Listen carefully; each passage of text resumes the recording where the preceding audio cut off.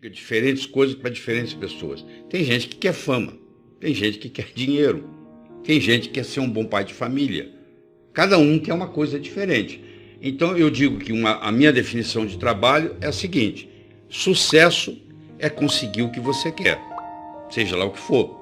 O que é diferente de felicidade. Felicidade parece uma troca de palavras, mas é querer o que você conseguiu. Para você ser feliz, ou estar feliz, melhor dizendo, você não precisa de mais nada. Você precisa aprender a viver o aqui e agora. Mas é interessante, porque não interessa onde você estiver, é aqui. Não interessa que hora for, é agora.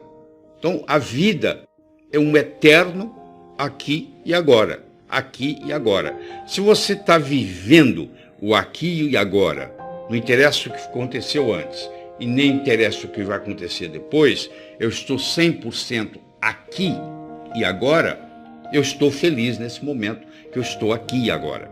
Então, felicidade é aceitar aquilo que você tem e aprender a viver o aqui e agora. Isso não lhe impede de almejar outras coisas na vida. E essas outras coisas que você vai almejar chama-se sucesso. É obter aquilo que você quer, que pode ser traduzido numa ciência.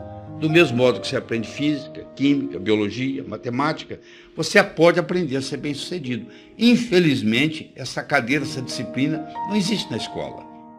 Quer dizer, quando uma família tem um pai ou uma mãe que sabe fazer isso, ensina para os filhos. Mas a maioria aprende por conta própria, quando é autodidata. Ou senão, fica a vida inteira tentando e não consegue. Você tem aquilo que você acha que você merece. Então, olha a sua vida. Olha a sua conta bancária, olha a sua família. Isso aí que você merece, que você acha que merece. No momento que você melhora a sua capacidade de merecimento, ou seja, você merece mais, o universo lhe entrega mais. Então isso é muito importante entender. Tem gente que batalha, e morre na praia, porque no fim acha que aquilo não pertence àquela pessoa, que não merece aquilo. Então o automerecimento é muito importante. Do ponto de vista psicológico, não existe fracasso, porque fracasso é experiência de vida. É que você aprendeu a andar. Você levantou, caiu, até que um dia você andou. O erro pode ser altamente pedagógico, se você souber usá-lo. Porque o que é ter experiência? É você ter errado muitas vezes, até você atingir aquele nível. O Thomas Edison, que tentou 10.000 vezes para desenvolver a lâmpada incandescente, e um repórter perguntou para ele assim: mas você errou 10.000 vezes? Ele falou: não, eu descobri 10.000 modos que não funcionam. Você entendeu? Até que eu descobri um que funcionasse. Para ele, cada um daqueles já era um a menos, que era para ser eliminado. Então, se você conseguir cair e levantar, o cair, o Nietzsche dizia: aquilo que não me mata, me fortalece. Então, você que está aí me assistindo, que passou por uma situação difícil, e se você sobrepujou isso e está aqui, isso deu para você uma experiência de vida muito grande. Então, aquilo que não lhe mata, ele fortalece. Você saiu daquela experiência, seja ela tão desagradável como foi, você saiu mais forte. Está preparado melhor para a vida. Né? Porque o que é experiência de vida? É você enfrentar a dificuldade, sobrepujá-la. Mas se você cai e fica caído, aí acabou a história. Um estudo, como eu disse, que toda aquela tecnologia, e estudando profundamente o que Napoleão Hill levantou e etc., e eu cheguei à conclusão que, do mesmo modo que você não faz um bolo só com farinha, nem só com manteiga, nem só com ovos, cada um desses ingredientes é necessário, porém não suficiente, e eu criei o que eu chamo o bolo do sucesso, onde eu escolhi 6 ingredientes. O primeiro é você ter uma boa autoestima, que funciona como um termostato, nós podemos discutir isso depois. A segunda é a sua capacidade de se comunicar, que é fundamental, principalmente no mundo de hoje, onde a comunicação é talvez o mais importante de todo o sucesso. Terceiro é a sua capacidade de estabelecer objetivos, criar estratégia, criar táticas para colocar aqueles objetivos e implementá-los. A sua atitude determina a sua altitude na vida, a sua dedicação ao trabalho e a sua ambição saudável. Então são 6 elementos. É a boa autoestima, boa comunicação, saber estabelecer metas, ter uma atitude positiva, dedicação ao trabalho de uma forma inteligente e, hoje melhor do que ontem, adotei isso na minha vida. Hoje é melhor do que ontem, amanhã é melhor do que hoje, ou seja, cada vez a próxima apresentação vai ser melhor que essa, é assim que a gente faz. Então, com isso aí, e aí você junta esses 6 ingredientes com a pitadinha do que eu chamo a diferença entre o profissional e o amador. O que difere o profissional do amador?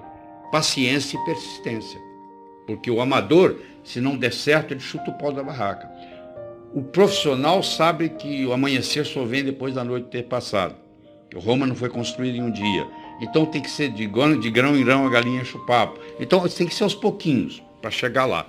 Então eu coloco esses 6 ingredientes com paciência e persistência e o resultado só pode ser um: obter aquilo que você quer.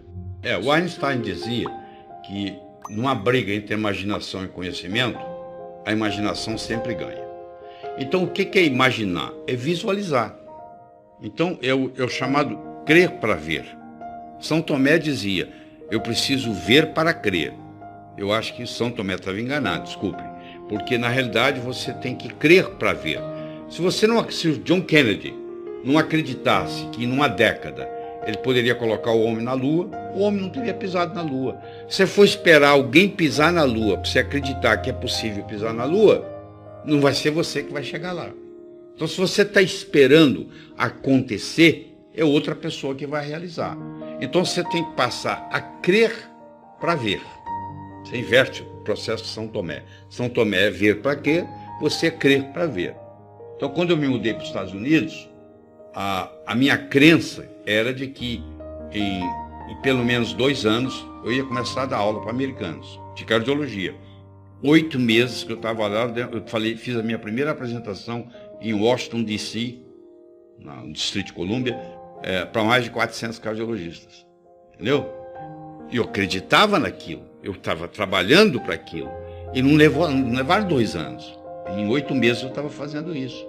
Agora, se eu falasse assim, eu não acredito que isso vai acontecer, isso nunca teria acontecido.